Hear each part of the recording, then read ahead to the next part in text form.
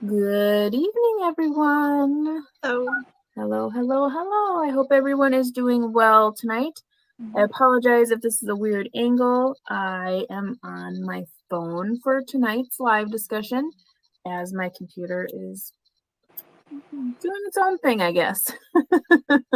So I apologize if everything is a little slower or I won't be able to put up really many like our questions that we're going to ask throughout the discussion, just because it's a little bit harder to maneuver with just the phone. So I apologize about that.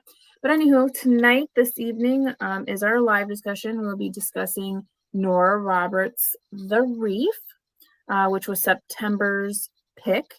So that's what we'll be discussing this evening. And before we jump into that, we do want to let everybody know what the poll results were for October's book, which we had a couple of Victorian books there. So Laura, if you want to go ahead and tell everybody what book we'll be reading in October. Yep, we're going to be reading Far from the Mad Crowd by Thomas Hardy. That was our winner by one whopping vote, I believe. So here we go. So that means if you want to read the group read, you have to do that on your own, along with this guy, if you want to do both of them. So this should be pretty good. I think this was his first book set in his fictional county of Wessex. And hopefully it won't be too different of a read. About the same size as this book was we read this month. It's just about 400 pages. So yeah, here's hoping it's not as depressing as a lot of his books tend to be. But yeah, I'm looking forward to reading this one for sure. Yeah. Now, correct me if I'm wrong. You've read a couple of Hart. Like he's one of your favorite authors. Yeah. Okay, I thought so. They are mostly, as my friend Richard calls, two hankies and a pistol reads. Like they're just super depressing, but I really like them. So, and for what you will about me from that. I actually, because I just went with it and I was like, I think the poll is going to stay true to what it was at the time. I did go ahead and get a copy from the library, and look at this copy. I've never gotten a book like this from the library. Like it's old. Like it's that like cloth cover, and like it's like bent, like so it's like to the side so you can like push it. But so it'll be interesting to read from this. Like it even has its own little bookmark. It looks like a modern library edition. Those came out like 20 or 25 years ago. Do you remember when those came out? No. I think like, it's in every man's library. Yeah. Yeah. So I'm like, okay, I'm here. Mm-hmm. Oh, I'm here for it. I like the copy. It doesn't stink. It smells like a regular book. Nice. And I'll be using our brand new bookmark. For those of you who haven't seen on DoubleBookedCo's Instagram and Etsy, we have a brand new bookmark for our shop. And if you haven't seen it already, this is what it looks like. It is 2 by 7 inches. It is a very premium cardstock, and it has this cool little skull and pile of books there. But the best part about this bookmark is on the double side. So as you know, all of our bookmarks, we do double side bookmarks, but we have a list of Victorian reads. And our book this month is on there, Far from the Madding Crowd, right on the bottom there. So what you can do, if you see these little lines here, you're able to put in whatever you'd like. You could put the date you finished reading. You could put your rating. You could put both of those. You could sign it. You could do whatever you'd like. But you have an opportunity to log your reading. If you want to know, we have Cranford by Elizabeth Gaskell, New Grub Street by George Gissing, Lady Audley's Secret by Mary Elizabeth Braddon, The Moonstone by Wilkie Collins, Middlemarch by George Eliot, and then Far from the Madding Crowd by Thomas Hardy. So you have a little list of Victorian reads. We did some lesser known reads, lesser known, more and well-known authors. So we're really very excited about this bookmark. And what's nice about this too is you can buy it individually, or say for instance you have a book club yourself, you can get them in groups of, I believe we have it as 3 or 5 for a discounted price. So just thought I'd put that little shameless plug in there, but that's the bookmark I will be using for our read. And then I will write down probably my rating on there. And then maybe the date, but I am more interested in the rating because sometimes when I go to classics, it's interesting if I ever reread classics, sometimes the rating changes. So it'd be nice to like know the first time I read it, like what was my rating. But anywho, shameless plug aside, let's kind of jump into tonight's read, which is the Reef by Nora Roberts. And I apologize again. I'm on my phone, so I'm sorry. Let's see. Waving hay, but did not read the Reef. Excited for Far from the Madding Crowd. Very nice. Thank you. Thank you. No worries about not reading the book. Yeah. In our book club, we have all types. So sometimes we have people who read. We sometimes encourage people who read DNF. We encourage you to be yourself, and there's no, dragging yourself through a book that you don't want to read. So good for you. And thank you very much. We appreciate the love. Okay, so let's jump into some questions. And as always, we start with our very first one, which is just our rating of the book. So if you were to rate this book on a Goodreads scale, 1 to 5, 5 being amazing, what would you give the book? I'm going to give this one a 3.5. Because I liked that it was on its own, a standalone. I don't read her standalones that often. I usually do trilogies. But I liked it. I liked how dated it felt in a lot of ways. Especially near the end, they talk about getting stuff on tape. And I was like, oh, everyone says on tape. I say on tape, and I don't use tapes, But they actually meant VHS tape. So that was kind of funny. Like that was their big proof, was having multiple camcorders, getting this person confessing something. It's like, oh God, this seems really old now. It was published in 98. I just checked. So I enjoyed it for like the nostalgia reading part of it. I thought it was a good mystery. I thought it was it's very Nora Roberts. I mean, I don't want to say if you've read one, you've read them all, because that seems disingenuous and unfair, but that's kind of true. I mean, she is fairly formulaic.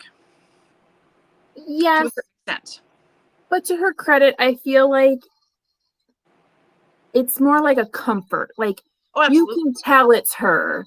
Oh, absolutely, yes. Yeah, yeah. So like, it's not like it's not like they're all the same. Because like you said, you don't want to like be like, oh, just lump them all together. Right. I understand what you mean, but yeah, like it's a total comfort when you read her books. Yeah, I mean, they're just brain off, have fun, enjoy yourself. Like, don't think too hard about stuff, but like they get you caught up. So my mom has not read as many Nora Roberts as I have. Not that I've read a ton, but with my mother. And we were talking today, and she said, "What's the book for tonight?" And I said, "Oh, it's The Reef by Nora Roberts." She was like, "Oh, Nora Roberts. Finally, you guys are reading a good author." And I said, "We read a lot of good authors, Mom." She's like, "Yeah, but they're always so serious or depressing or something." She's like, "Nora Roberts is fun."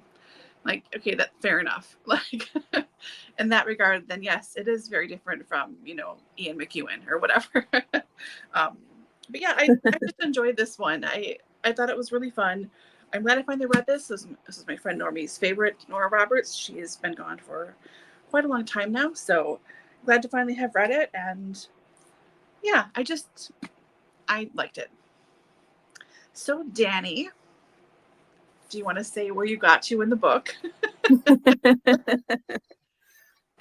Sure. So I end up DNFing the book at chapter 8.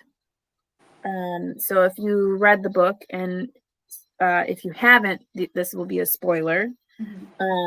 But it's right after Buck, the uncle, his accident. Let's just say that. It was right after the accident. I DNF'd it. Honestly, it was really hard for me to get into.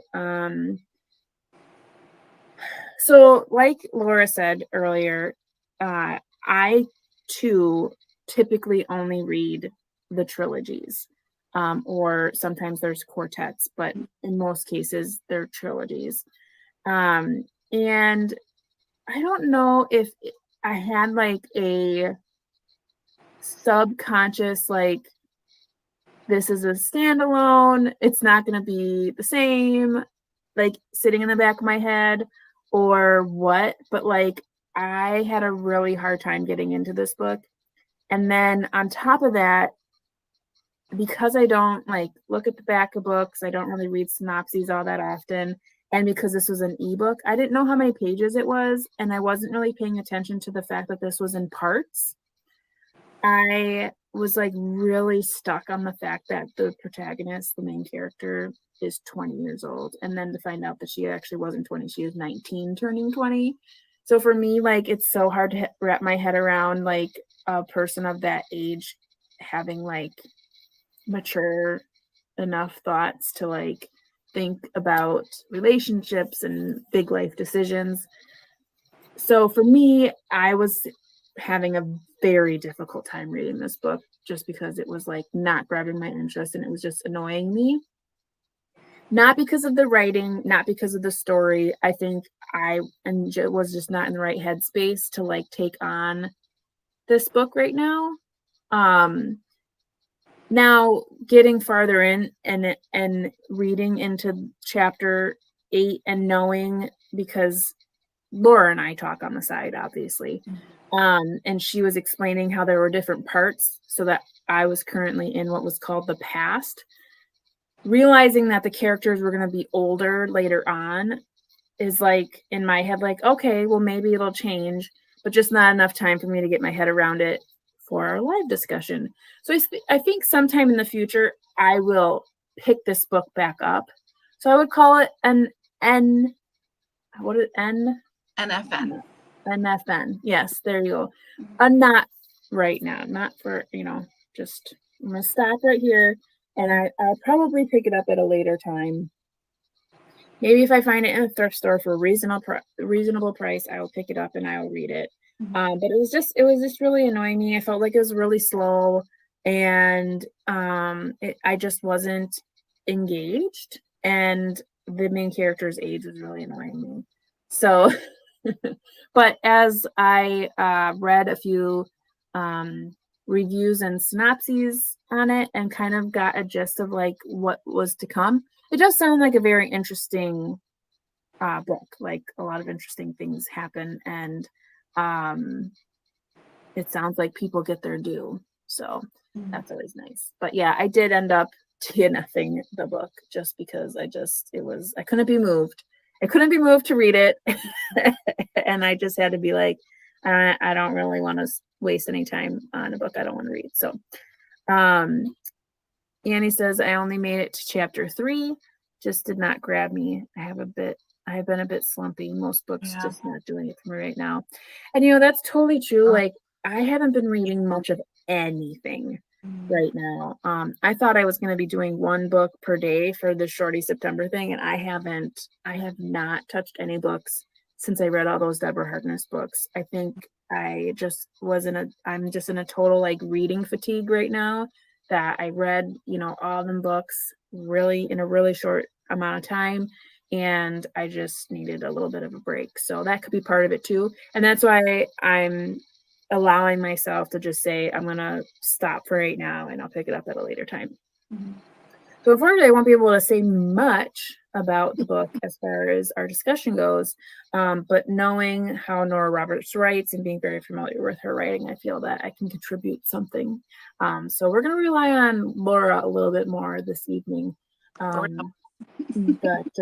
we'll get through it. It's all good. So thanks, Andy. Okay. So like I was saying before, I don't have a lot of ability to change much in my questions here, but if we want to just kind of discuss our overall thoughts about the book. What were you thinking? I know we kind of discussed a little bit, but like as far as the book as a whole, what were your thoughts? I mean, I enjoyed it. I liked the story. It's certainly a different setting for her. Absolutely, the Caribbean is not a place she hangs out, nor is treasure hunting, generally speaking. She has a couple books where they're searching for a specific thing, but it's like, oh, we're searching for this one small thing in this small little area. Not like, here's the ocean, and we're looking for this thing. This, it's a little different. It's like, it's not a And it's shipwreck. usually in like Ireland. Right. One time in the Mediterranean, but it was like Yeah. a Greek island, and it was off this coast of this little Greek island. It was not like, so I liked that it was different in that way. Like I said, aside from the nostalgia factor, which I just enjoy because I love the 90s. But I thought it was good. I mean, like you said before, it's very comforting. Her writing is comforting. If you like her stuff, it's comforting, I should say.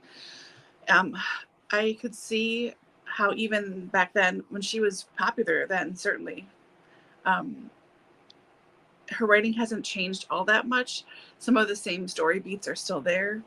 Although I have to say, I didn't see a couple of the twists coming. I should have in retrospect, but I really truly didn't. And actually gasped out loud at one point because I was so surprised by this twist. I think it was in the future section.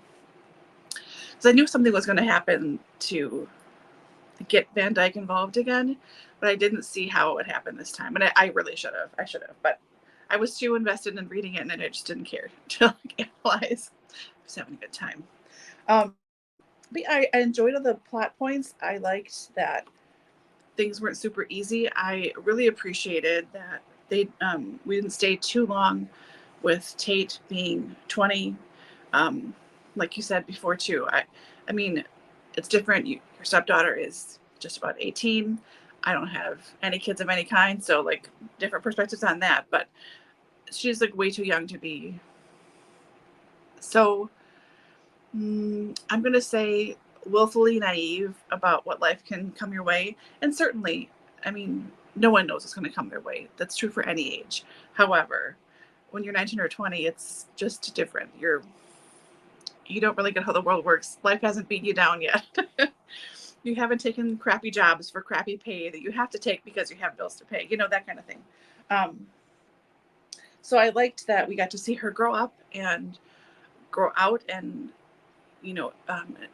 take her degree and work on her PhD and make friends and do something aside from her parents that without their money, to do things like that and see her really grow into a person.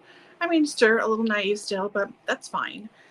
So I appreciated her growth, her character growth. And I don't know, I think a lot of points of the story were fairly believable, like Matthew secretly building his own boat. I think that was totally believable. And that was a nice surprise to me. I thought, oh, that's lovely that he hasn't lost that part of himself, even when he takes off to Canada to work, just again to cover bills and take care of his uncle and stuff. And I don't know, I just enjoyed it. When I read books like this, I don't think critically. I don't care. I just am here for a good time. So I had a good time. So those are my very rambly overall thoughts. I liked it. Good. It was fun. And let us know in the comments too if there are any thoughts or comments that you have or any questions. Just feel free to pop them in. If you're watching in replay as well, please feel free to comment below. As far as the book two goes, I think, like you were saying before, we have read a lot of Nora Roberts, and this specifically is one of her early books, which I'm not quite sure the earliest that I've read. I'd have to take a look at her books and really think. I think maybe the Chesapeake Bay ones are probably the earliest I've read for her. And even when you read the ones that are current, like ones that she's recently written, there's this very like fluid, overarching like theme that she always has. I feel like her language has always been very similar, but not, it doesn't feel repetitive. Like I feel like she does a good job of sounding authentic in each book and keeping things separate for each book, because I think a lot of times too what you have with writers of her, she writes a lot of books. Not only does she write her Nora Roberts books, but she also writes all of these J.D. Rowe books, to still sound like you're different in each book, unlike some other Sweet Treats writers who write the same thing in every single book and still write books. Drives me nuts. So I like that kind of returning to the past in this book. Like it did still feel very much like Nora, but it didn't. What I'm trying to say is it didn't sound like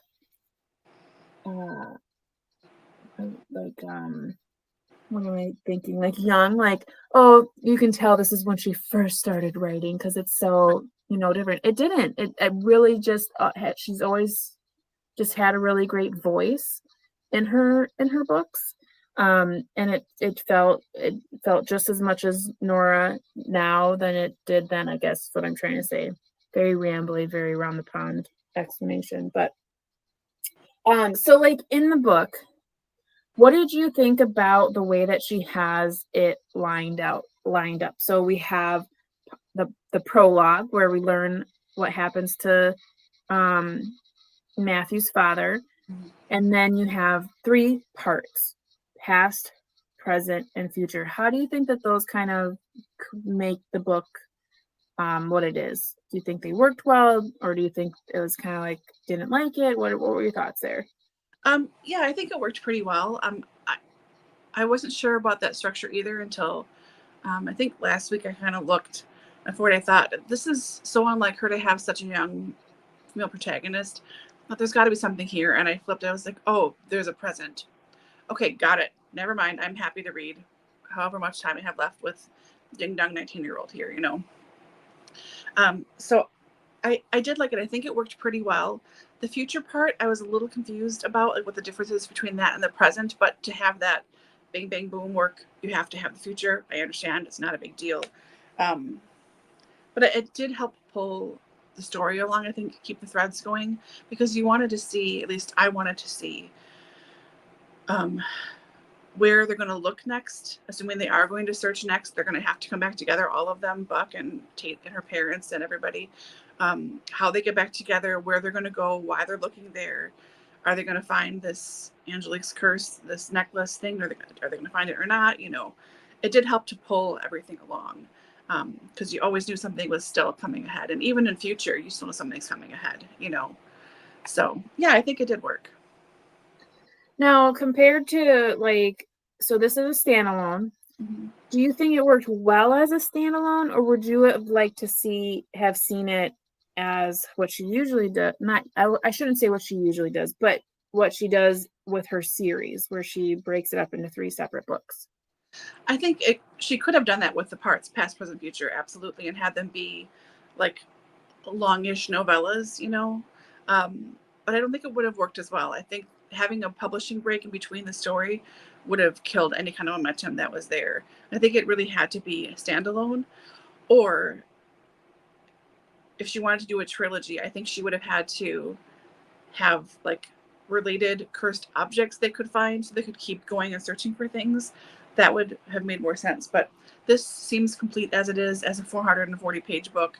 It's a little chunky for a standalone, sure, but not bad at all. And once you get into the flow of it, like all of her stuff, it reads fairly quickly, once you're there. And so yeah, I think it really works as a standalone. Yeah, absolutely.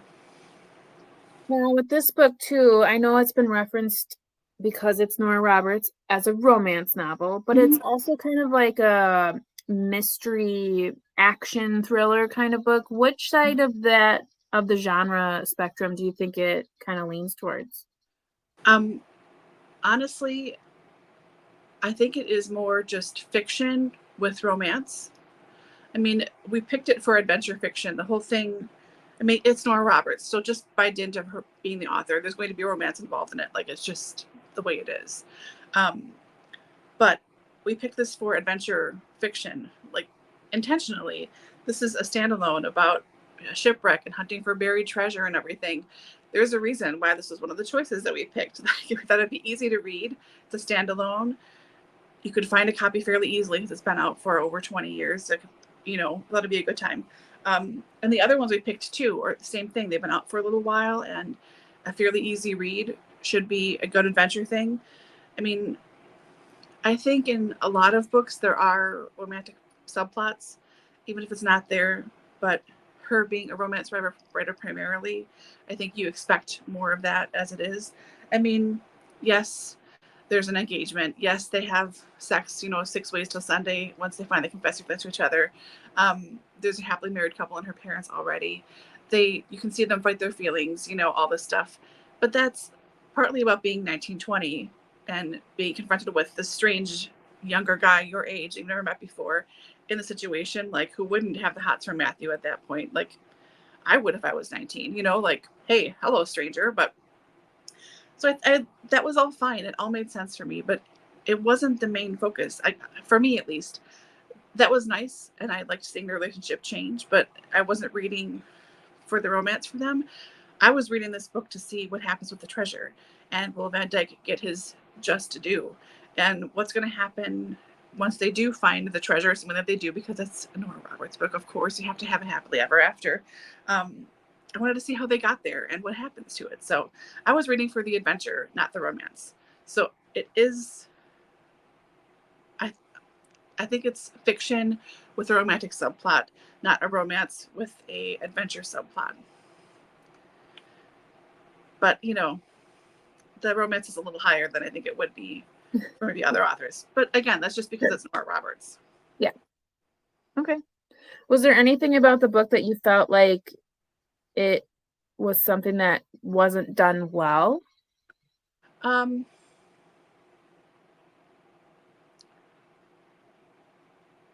don't think so. So, I mean, again, we're talking about a romance writer, and I'm not knocking that. Romance is primarily what I read these days. I'm not knocking Nora Roberts. She is a legend, and rightfully so, and has been writing for over 40 years. So, like, she wrote this 20 years into her writing career, essentially. That's impressive on its own. It just seems some parts seemed a little clunky near the beginning. I would say the first maybe like 4 or 5 chapters seemed a little like she was unsteady on her feet, which she shouldn't have been at that point. She had published several trilogies. She'd been writing for Silhouette for a long time and publishing with Silhouette for a long time and writing standalones for a long time. I think she'd already started her In Death series under J.D. Robb, that's the pen name. I think those are already started. So, like, she had written a lot, but it felt a little weird at first. Like, it didn't feel like her other trilogies had felt, her other writing has felt in the last 20 years. So that was a little strange. I mean, I kept going because I was like, I don't know what this is. It's not normally like this, but whatever. I feel like it was just, the beginning is very slow. Like, slower than her normal stuff. And I think that's why, for me, because this is the very first standalone I've ever read of hers. Okay. And so I felt like in her trilogies, like, you're in the action, like, almost immediately. Like, and you learn what's happening, like, along the way. You just, like, jump into it and you go. And I felt like this one was just like, so here were these people, and then they met these other people. Chapter 2. Then they were on the water, and they didn't like each other at first, but then they liked each other. Chapter 3. Like, it was like, why is this can't we just get to the part where they find the treasure and have sex and then lose the treasure and then, like, kill somebody? Can we just get there? Like, I agree. Like, it was very weird because usually when I'm reading something, it's like, I feel like she always really starts, like, right jumping into stuff. Like, you're like, wow, okay. And you, like, because in her trilogies, you're always going to have 6 people. You're basically going to have 6 people. And you have to meet them all, right? You have to meet them all. Mm-hmm.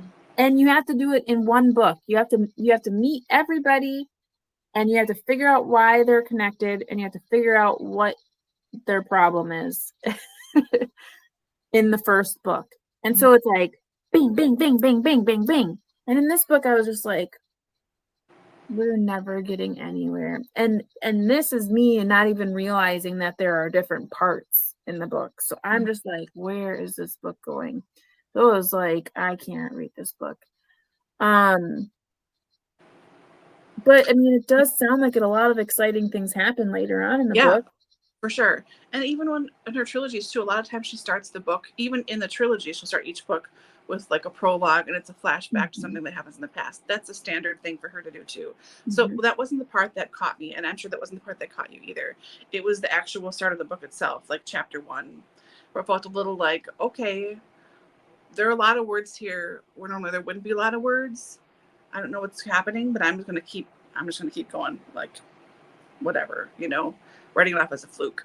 And it did seem fairly wordy throughout, but I didn't notice it like I did in the first few chapters by a long shot. I think especially once Buck has his accident and like they find the first wreck and Buck has his accident, like then stuff really takes off, because you have to see if he's going to make it or not. I mean, of course he's going to make it, but if he's going to make it or not, if he's, what about the leg, all this other stuff. And then there's stupid bad guy, Van Nuys. Is that what his name was? Van Dyke. Oh, God, yeah, Van Dyke.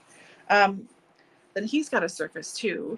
And then when he does, you're like, I mean, I was so mad. But I mean, I understand why he's there, but like, I was so seething right along there with them. Like, absolute bastard. I mean, just, he's such a good bad guy. And then to see how they all, kind of went their separate ways after that. I was pretty much hooked after his accident. Like, for me, that's when things really took off. And then I really had a hard time putting it down. Of course, I couldn't put it down because I was reading it today mostly, but I still wanted to keep reading it. It was very easy for me to just keep plowing through. So right where you stopped is where it takes off. Yeah. Well, I know you'll come back to it eventually. I'll save it for another day. Because I know you'll find a copy at the thrift store for like 2 cents, and it'll be a pristine edition because this is you. And like you'll pick it up in like 5 years and read it, and you'll really like it. So. Yeah, who knows? There is a big book sale that goes on every year here in October. Maybe I'll find it there. Yep. So. So when you think about like all of the characters, were there any that were more relatable to you than others? I don't think so. I mean, for some reason, I really related to her mother. She's not there that much. She doesn't have a ton to say, but I think I would be that person on that ship because, I mean, number one, I'm super seasick. So getting me on a boat, hard enough. But having like to dive and everything, no. I really want to do it. I want to try it, but I'm so petrified of doing it. So I would be happy like cleaning up the stuff that they find and like cooking things in the kitchen, like, whatever, getting someone a beer. Like that would be fine. Like I could totally be her mother.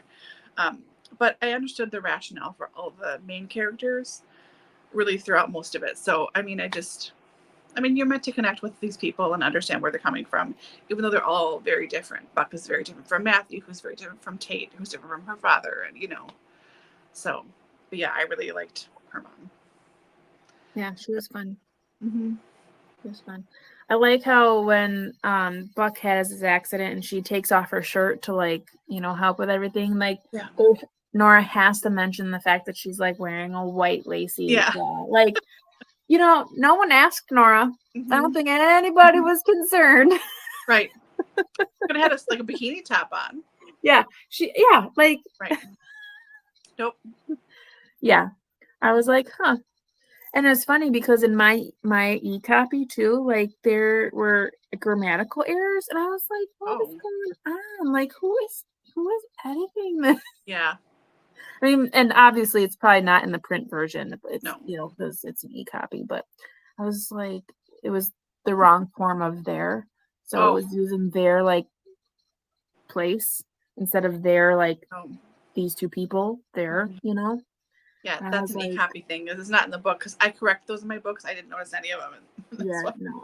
I was like, what is this? Why is this here? This is annoying. Because it like makes you stop because it changes the whole sentence. Like, what? Because I know the difference between there, and there. So like, I was like, what? And then I had to reread it. So like, you fumble over it because you're like, that's not correct.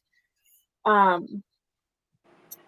not on Nora. Like, obviously, that's just transitioning from whatever. But some other things about the book, like, okay, so again, because we read Nora a lot of her books revolve around like supernatural stuff, and a lot of times it's like with witches or vampires or some kind of crazy supernatural thing. So with this Angelique's Curse, obviously I didn't finish the book, but like, was it a supernatural thing or was it just like myth kind of thing? Yes to both. Yeah. So, do you want me to spoil this for you and everybody else? Okay. Okay, so we do a flashback to Angelique when she is in her cell. So I think it comes to us in a dream that Tate has, I think is how it happens in the book. And it's just like the day or two before they find the necklace. So she, oh God, it's like the 1500s, you know, she's in this cell, she's like really ragged and everything, but yeah, we know that she has this underneath her shift. So she talks about her love for, oh God, I want to say Enrique, but then I want to say Iglesias, which makes me think the wrong thing, but let's just say Enrique. Like her love for Enrique, and it's a little bit fuzzy because she's you know in a lot of pain and has been tortured, and she was raped and stuff in the cell and everything, but they're leaving her alone now because it's her last night on earth, and they know that they're going to be hung the next day. So she's talking about listening to them constructing her hanging thing for the noose and building the pyre underneath it and everything. So you get her kind of delusionally talking about her love for her lover and for her husband and for the child that they are losing because she's pregnant. And you hear talking about how she's thankful for the relief she has now from the guards harassing her and raping her because they want to have, leave her alone before she dies the next morning. And, she can hear the crowd gathering for things to spend the night outside so they don't miss the hanging in the morning. And she's talking about all this stuff. And as she's talking about that, she has her hand on the necklace under her shift, and she curses the bloodline of the people who did this to her, and whoever finds it, who is against, who is punishing her for loving them and whatever else. And she says that she is a witch, but she was the one that was healing everybody in the town. She helped through fevers and sickness and everything too. So she is sick herself right now. So it's partly fever dream. I forgot about that part, but she is sick herself too. So people in the town were dying and they wanted someone to blame. And this guy wanted this necklace and was abusing her family for it, all this stuff. So she curses whoever wears this against her family, against love, all this stuff. So the myth is true. She was a witch, but really more of a healer. So we see that in a flashback. And then when Tate sees the necklace in the water for the first time, she gets thrown back and distorted, and she doesn't know where she is or what's happening, but she sees sort of a flash. She sees the Barracuda again. That Barracuda keeps popping up. So she's like, I think it's the same Barracuda. We've seen him twice now, like on this second site, She sees him, and then all of a sudden she notices something on the corner of her eye, and it's like this on fire. It's like super, super bright, like a flashlight light up. And that's where it is. And it was just sitting on the sand waiting for her. There's nothing wrong with it. She didn't have to clean it at all. It was just like perfect and pristine laying on the ocean floor.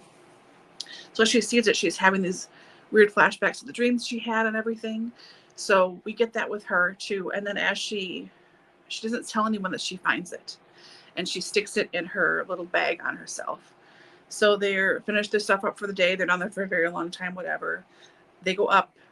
Again, just doesn't say anything. She goes to her room and she sits with it and she's holding it and she's thinking about the power she could have, all this stuff. Like she could make millions of dollars and never work again, and she could have the museum she wants and all this stuff. And then she realizes this is really dangerous, and she thinks about throwing it back in the ocean, and no one has to know she found it.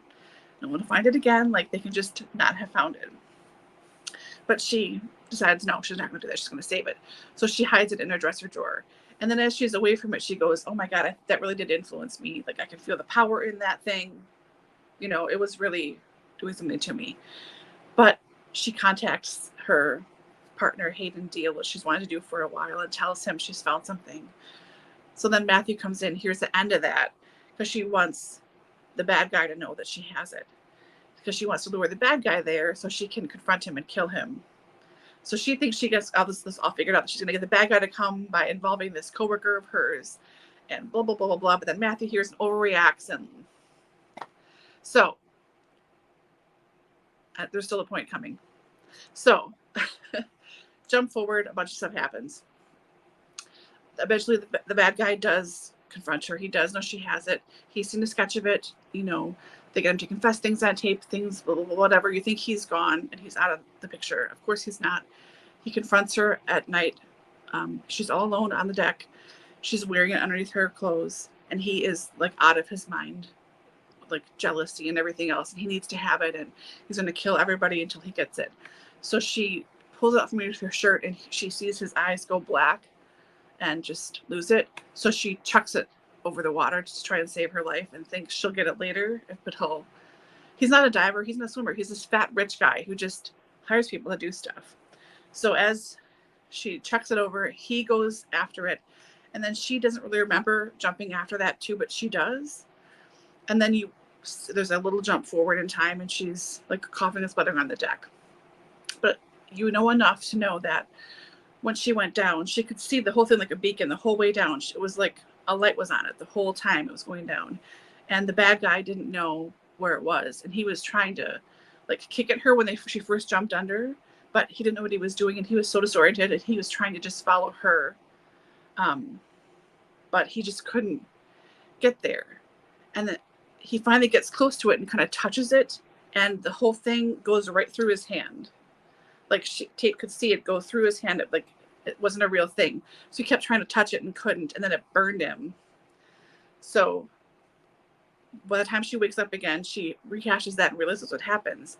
And then also it's around her neck. She doesn't know how it got around her neck either. So she realized the magic probably got it around her neck again.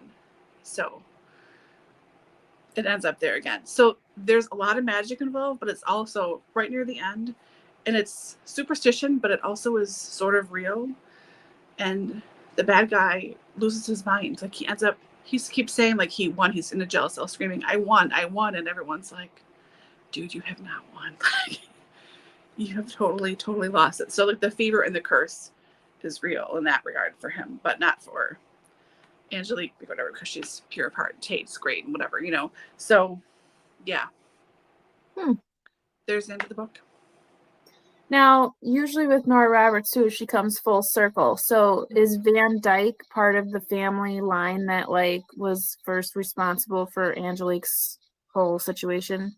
I think so. She brings it up again, but it's not like as in like as a narrator, she tells you, oh, this is for sure the thing.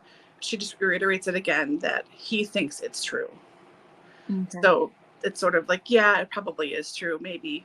But regardless, it's people like him who are, you know, evil-hearted and jerks and or greedy bastards. And like it's those kind of people that are after the kind of stuff to go what they deserve. So, I mean, sort of, but yeah. Yeah. Yeah. Yeah, maybe 5 years from now I'll pick it up.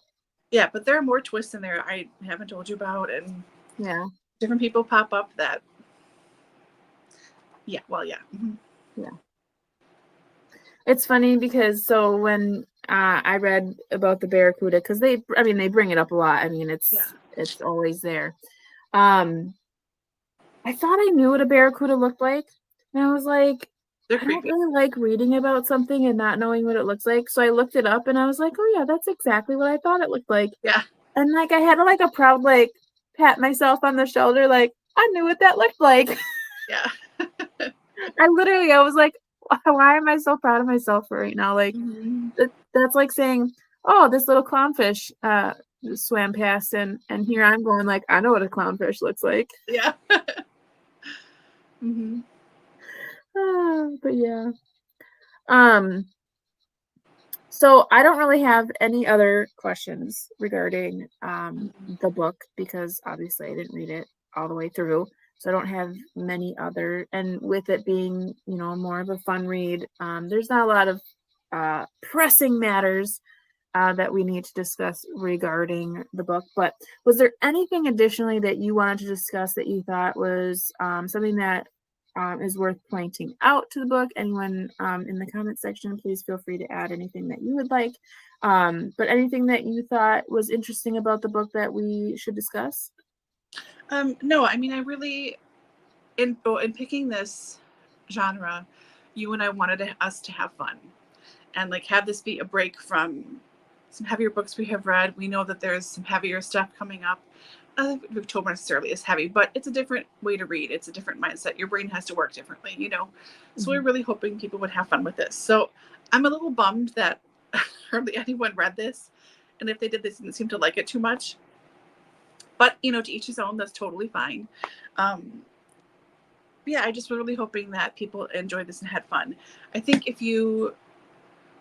this intrigues you at all, like what this big ramble that I have mostly done talking tonight, sorry, I recommend her writing. I mean, I really do. She's like a good, fun writer. If you want to be entertained and get out of your life for a while and just like check out and let yourself get involved in a mystery of a different kind and a little romance, I think she's a great like go-to, reliable, like you said before, comfort author. Whether you read a trilogy or not depends on what you want to read. She's written a couple of books under her Nora Roberts name that are set more in the future, like that Dragon trilogy, which I'm not sure if it's finished or not, but like that was more like science fiction-y than she sometimes gets. But I think there's something out there for everybody. If you want to go all the way back to read her Silhouettes, I've read, I think, her third published book or her fourth published book. Even though it has to fit that Harlequin silhouette guideline of here are the beats of your story, it has to be this long, these are the things that has to happen, you can still tell it's her writing, which is really funny because that was like the late 70s, early 80s, and it's still identifiably Nora, 40 years later, whatever. Yeah, I just really recommend her, and I hope that if you didn't like this, that you liked something enough to maybe interest you at some point in the future. Give her a try at some point in the future, however you read her, because I think she's a really good time, and she's really popular, obviously, for a reason. So that's all. Yeah, I agree with everything you said. I said, I own a lot of her stuff. I have read a lot of her stuff. And I think when I was reading it, I was like binging it. Like it was like this series, and I'm gonna move on to the next series, and I'm gonna move on to the next series. So for me, I have read a lot of her stuff, but I read it all very close together. So yeah. I don't really feel like there was any that I really disliked. There are definitely ones I like more than others, but not because I don't like them. It's more like, oh, I really liked that one, So yeah, very nice. And yeah, like you said, it's something fun. It's nice to have a break. Even if I didn't finish it, it was, it's nice to have a break from, a little bit more brain power books where you really have to like think decisively. And I definitely think that this is going to take more brain power than Roberts will, just because of the language and the way that writers wrote in this time era. And yeah, so I think that is that for that discussion. Again, for those of you who might just be tuning in, we are going to be reading Thomas Hardy, Far from the Madding Crowd, in October. So we will be here with you live next week, Tuesday, which I would look on my calendar, but I can't because it's the first. It's the first. Thank you. So October 1st will be our next live stream for our reading sprints. And if you are joining us in our October read and you'd like to start, I will be starting Far from the Madding Crowd that day, because I actually have a physical book, which is nice. So you'll see us then. Also on that day, if you're interested in reading, so November we already have our books chosen because one of our lovely book club members, Kim, has chosen books for us. So we'll be sharing the selections for the poll for November books. But as you know, if you've been with us previous years, we don't read anything in December. December we take a break.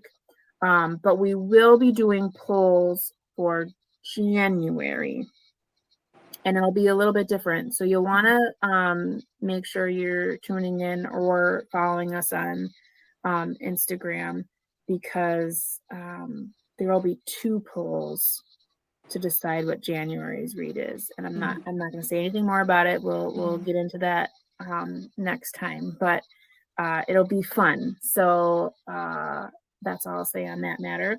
And to close out this evening, I have a little story for you, because I just love telling stories. So the last couple of weeks, I've had the pleasure and opportunity to be able to go out and about and go thrifting, which I always tend to gravitate towards the reading section at least once or twice. And in one of my stops, there was this nice lady. I would say she was probably in her 60s, maybe, I would say. Looked very nice. She was like very well dressed and like didn't look like a thrifter to me. She just looked like she was out on the town, but 'tis neither here nor there. But she's like scanning the shelves at one of my favorite places to get used books. But as of late, this place has really, really stunk at their organization of books. So it's very, very hard to find what you're looking for, because there's no rhyme or reason anymore. But anywho, we were kind of scanning, and it was one of those things where like I'm coming from this way and she's coming from this way, and now we're like, we gotta switch so we can keep going and looking at ourselves. So I very kindly said, "Oh, you want to trade spaces?" Because it's kind of at the awkward moment. Yeah. I've got a cart, she's got a full thing of books, and so we do. So we switch, and you have that awkward moment where you're like, "Oh, we're gonna have a conversation," right? And we do. So she's like, I don't know who spoke first. I don't know if it was me or her, or like, because I did say the whole want to trade places, and then she's like, sure, and then we retraded, and then maybe she said something like finding anything good or something, and I was like, oh, I don't know, it's kind of hard. There's like no rhyme or reason, there about something. And then she's kind of said the similar thing to me. And then what I thought was the end of the conversation, all of a sudden she goes, well, let me know if you find anything good. And I was like, oh. And suddenly I got this enormous, like, panic, like as if I'm supposed to find a book for her now. Mm-hmm. And I was like, oh. And I'm like, what is it even supposed to mean? Like, I don't know you. I don't know what you read. I don't know what kind of book you're looking for. I can hardly see what's on the shelf now, because all I'm having like panic in my head, and now I can't read. And then all I could think to say was like, oh, well, what do you like to read? And she goes, wow. And she does this. She literally like looks to see if anybody's listening. And I think she's going to say she likes to read smut, because that's what I would do if I was going to tell a stranger what kind of books I read. But no, she goes like this. I like thrillers. Like what? That's what I said. I said, I'm sorry? And she goes, thrillers. Oh. And I was like, oh, yeah, that's really big right now. That's got a huge insurgence. I'm like, have you ever read Riley Sager? Mm-hmm. And she goes, who? And I was like, oh, I don't really see any thrillers here, because I'm like, I'm not gonna get into this with this lady. Right. Like, I'm not a librarian. Because I mean, really, if you read thrillers, and I mean, I guess not, but like, I thought that he was pretty popular, but not with this lady. So, and I found out it's probably not thrillers because she also said, like, oh yeah, the last one I was reading, it started to get into some domestic abuse, and I just wasn't, so I had to put that one down. I was like, oh, you don't read thrillers then. Then no. I'm like, there's no way, because that's like a cornerstone. That's like their main like yeah genre is like abuse of any kind. Mm-hmm. So I was like, oh, okay. So then I looked down, and on the bottom shelf there is Blue Asylum, which I just read, which I was like, oh my gosh, this is so crazy that this book is here. It's like, oh, this one's really good. It's not a thriller, it's a historical fiction. And she goes, oh, that's probably the one genre I don't read, because I always feel like I need to know about like what happened in that time period. And I was like, I get that. I said, but in most historical fictions, like, they give you enough information that you can get by. And then she starts talking, she's like, well, I was just reading one, and like I had to look everything up. And I was like, oh, what was that?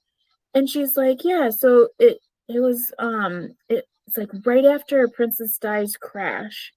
And I was like, oh, I don't really know if I'd call that historical fiction, but I guess it technically is, maybe. I mean, what is so in my head I'm like, well, I don't want to school her because I'm not here to like make anyone feel weird. But like I'm thinking, okay, so like the late 1900s, as everyone is putting it nowadays. Barf. Is that considered historical fiction? I don't know. But I also, someone being obsessed with Diana in life and death, probably to my detriment, I don't know of any historical fiction that is actual historical fiction set around that. I know of lots of gossipy tell-alls. I have no idea what she's reading. I don't remember her telling me the author name or anything, but she said, because when I said, oh, I think maybe I said something like, oh, that's historical fiction. And she was like, oh, well, then there's flashbacks to like earlier when the king abdicated. So I'm like, oh, this sounds like a nonfiction. Like, this sounds like not a historic, like, so I was like, I think she's like reading like a history of like how all like the actual stuff, because I'm like, what? So I'm like, are you reading like Margaret's like side of this? Like, I don't understand what you're reading, because that to me doesn't sound like a historical fiction that I've ever heard of. Or one of those tell-alls by like Andrew Morton or something, where it's like about the whole family and it kind of goes backwards in time, like, you know, or like one of the staff members write something and it's about time. That's what that sounds like more. Yeah. So I was like, at this point, I'm already like I've been slowly backing away. Like as she's been talking, I've been like also scanning, because remember we were doing this, right? So I can still continue to do that without it being weird. But I'm like over here now, and I'm like, okay, that's great. And I'm like pretending to continue to scan on my way out. And she's like still trying to talk to me. And I'm like, okay. And then some person just rudely goes right in the middle of us. And I was like, thank God for rudeness, because like I'm all for it right now. I need a break from this lady because I'm so confused. And as I left the situation, I didn't end up getting any books that day because, again, the organization of this thrift store right now is so, it makes me very like flames at the side of my face. Yeah. Nothing is in the right order. It's oh my, it's so awful. But anyways, I did not buy any books. But as I walked away, I was like, this is why you don't talk to people in book sections. Like, you think you're going to have camaraderie. You think you're going to be like, oh, read this book. Ooh, I'll read that book. But no, this is the thing about readers. None of us are the same. We are all different. We all read differently. We all come from different backgrounds. We all express ourselves differently. We all read different books. We all read books differently. Like, there is no right or wrong. There is just, it's all out there. And it is like sometimes so difficult to like go out into the real world and talk to random people about books. You can't. You got to find your little niches. You got to find your little book clubs where people like understand what you're talking about. Because yeah, that was the weirdest conversation. And don't get me wrong, this lady was lovely. She was very kind, very nice, very excited to talk to me about books. And I didn't understand a word coming out of her mouth. Right. Because what? Like, I think what